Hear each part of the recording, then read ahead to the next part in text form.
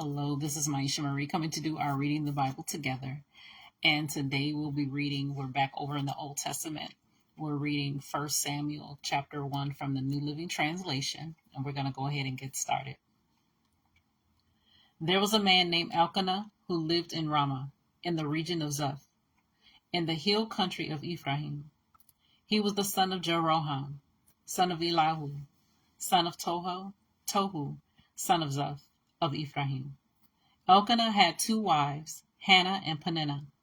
Peninnah had children, but Hannah did not. Each year Elkanah would travel to Shiloh to worship and sacrifice to the Lord of Heaven's armies at the tabernacle. The priests of the Lord at that time were the two sons of Eli, Hophni and Phinehas. On the days Elkanah presented his sacrifice, he would give portions of the meat to Peninnah and each of her children. And though he loved Hannah, he would give her only one choice portion because the Lord had given her no children. So Peninnah would taunt Hannah and make fun of her because the Lord had kept her from having children. Year after year, it was the same. Peninnah would taunt Hannah as they went to the tabernacle. Each time, Hannah would be reduced to tears and would not even eat. "Why are you crying, Hannah?" Elkanah would ask. "Why aren't you eating?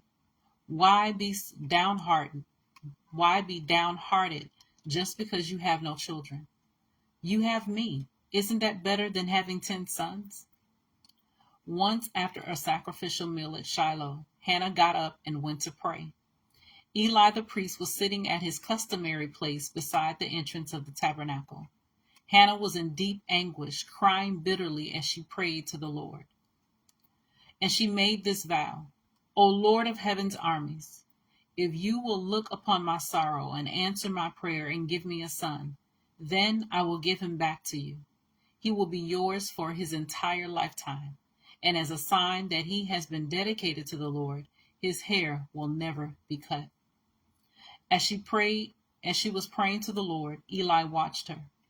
Seeing her lips moving but hearing no sound, he thought she had been drinking. "Must you come here drunk?" he demanded. "Throw away your wine." "Oh, no, sir," she replied. "I haven't been drinking wine or anything stronger, but I am very discouraged, and I was pouring out my heart to the Lord. Don't think I am a wicked woman, for I have been praying out of great anguish and sorrow." "In that case," Eli said, "go in peace. May the God of Israel grant the request you have asked of him." "Oh, thank you, sir," she exclaimed.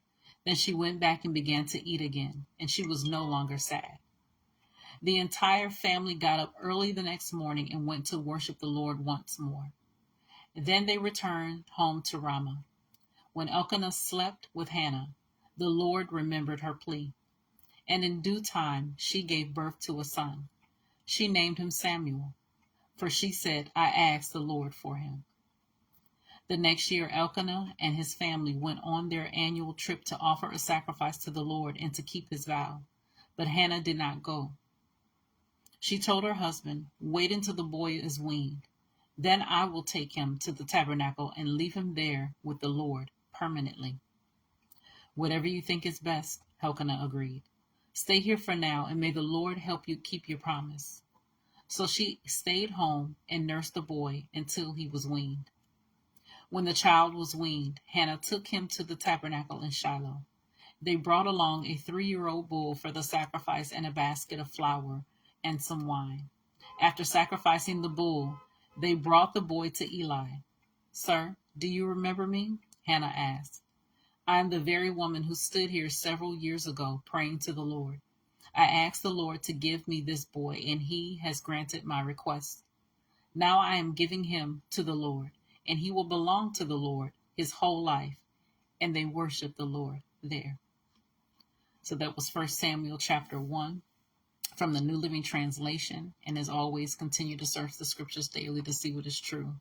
Allow Holy Spirit to illuminate the word into your heart, your mind, and soul, bringing knowledge, understanding, and wisdom, and most of all, revelation of who God is, his nature, his character, and how much he truly, truly loves you. You guys take care. God bless, and until next time.